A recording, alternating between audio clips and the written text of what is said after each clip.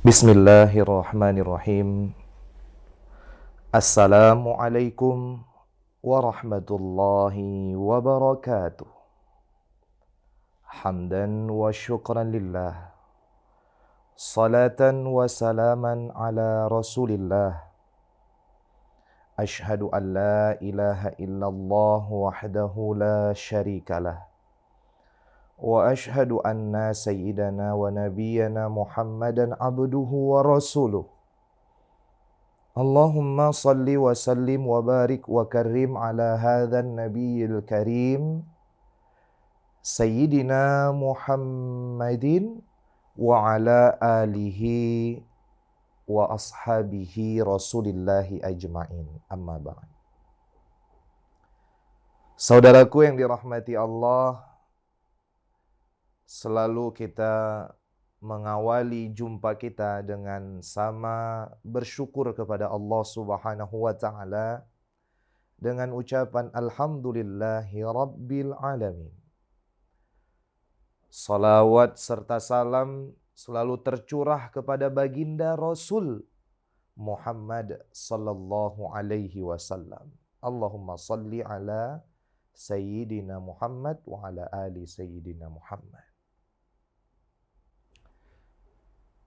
Saudaraku yang berbahagia, sekitar 14 abad yang lalu,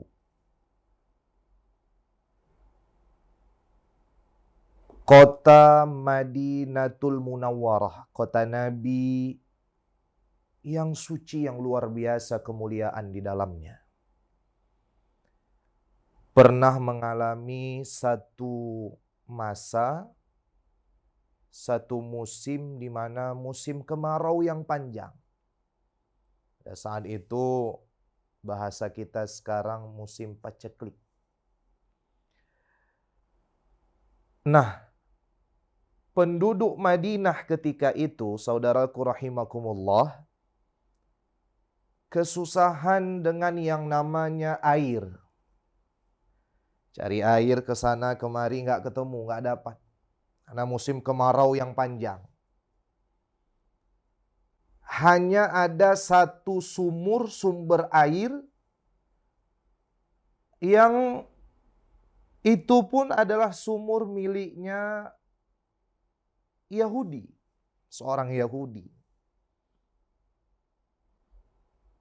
Rasul Sallallahu Alaihi Wasallam merasa prihatin terhadap apa yang dialami oleh penduduk Madinah ketika itu.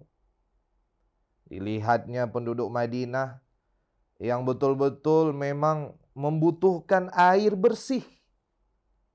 Dan mereka rela mengantri panjang hanya untuk mendapatkan air dari sumur yang itu pun miliknya Yahudi. Dan yang lebih mirisnya lagi, itu air bukan diambil secara cuma-cuma, secara gratis, bukan. Tapi itu berbayar pula.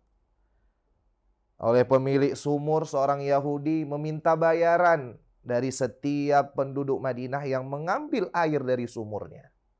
Saudaraku yang dirahmati Allah, Rasul punya satu gagasan mengumpulkan sahabat-sahabatnya ketika itu dan menyampaikan apa yang dialami oleh penduduk Madinah ketika itu. Wahai sahabatku, lihat, banyak sekali penduduk Madinah yang membutuhkan air. Bagi siapa? Ini Rasul beri satu pengumuman penting kepada sahabatnya ketika itu. Bagi siapa yang mau untuk mewakafkan sumur, ya, memberikan sumurnya untuk bisa diambil airnya oleh penduduk Madinah, maka itu dalam hadis riwayat Muslim itu, baginya balasan surga dari Allah Subhanahu wa taala. Nah, maka saudaraku yang dirahmati Allah, ini satu pelajaran penting. Betapa sangat luar biasanya balasan dari Allah Subhanahu wa taala bagi siapa yang memberikan air, ya, bagi siapa yang rela mewakafkan harta miliknya di jalan Allah dan itu dipergunakan bagi banyak orang. Nah, bagi sahabat-sahabat yang hadir di sekeliling Rasul ketika itu, saudaraku yang dirahmati Allah, Sayyiduna Uthman bin Affan menyahuti itu secara positif. Ia yang mengacungkan tangan lalu berniat ingin memberi kepada penduduk Madinah air yang bersih, di mana itu sangat dibutuhkan oleh penduduk Madinah. Ia datangi sepemilik sumur yang tadi seorang Yahudi. Wah, itu bisa kita bayangkan bagaimana apa respon seorang Yahudi ini tadi ketika Utsman bin Affan melobi ingin supaya itu sumur bisa ia beli dan hasil dari air sumur itu ia bagikan secara gratis cuma-cuma bagi penduduk Madinah. Lihat jawaban seorang Yahudi tadi.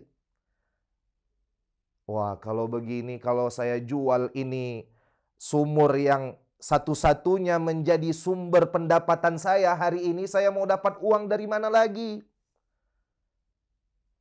Sayyiduna Utsman bin Affan, saudaraku rahimakumullah, tidak langsung niatnya itu langsung berubah sehingga tak jadi apa yang ia niatkan secara baik itu. Ia punya akal juga yang bijaksana, cerdasnya luar biasa. Baik begini saja saudaraku. Kalau tidak, kita bagi dua ini sumur yang ada yang hari ini menjadi milikmu. Saya beli separuh harganya. Satu hari itu jadi milikku, kata Sayyiduna Utsman bin Affan. Dan di hari esoknya itu sumur jadi milikmu. Nah, jadi seorang Yahudi tadi, saudaraku rahimakumullah, dalam hatinya berucap juga, wah ini luar biasa. Sumurku tak langsung habis, tapi pendapatanku juga masih bisa aku dapatkan dalam satu hari. Padahal sebenarnya ini menjadi satu cara yang salah bagi dia, bagi seorang Yahudi tadi.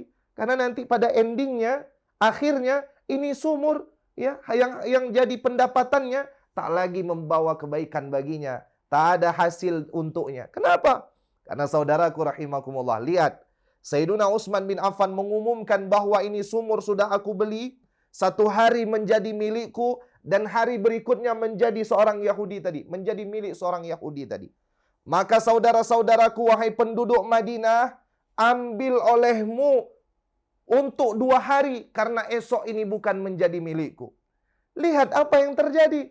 Ini sumur hanya ramai diantrikan oleh penduduk Madinah yang ingin mengambil air dari sumur tersebut dalam satu hari itu saja. Sementara hari di mana giliran seorang Yahudi tadi, tak ada lagi pembeli dari hasil sumurnya itu.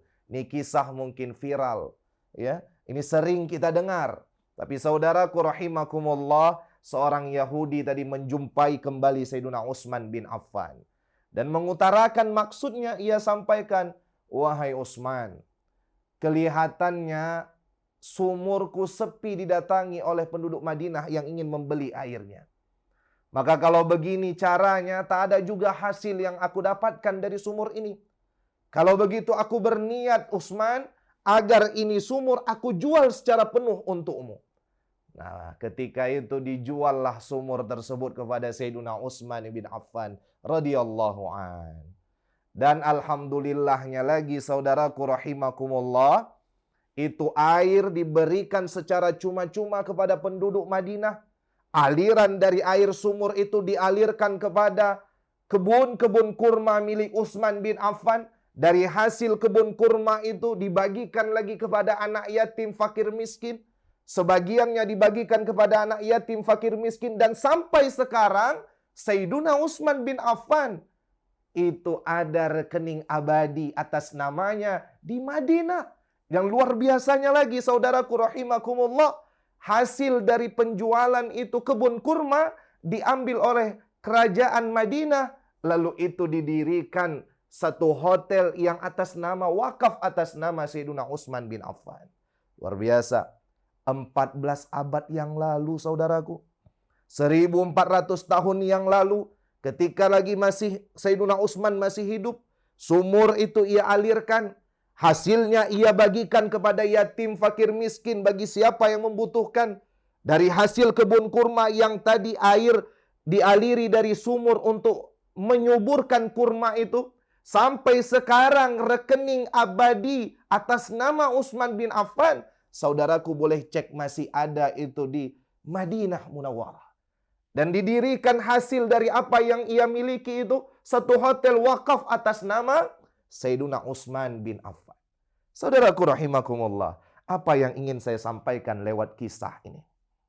Betapa harta yang kita miliki, ya, yang hari ini kita nikmati, yang hari ini ada pada diri ini, yang hari ini semua kita pergunakan secara cuma-cuma tanpa Allah meminta bayaran kepada kita, sudah seberapa banyak itu harta kita manfaatkan di jalan Allah.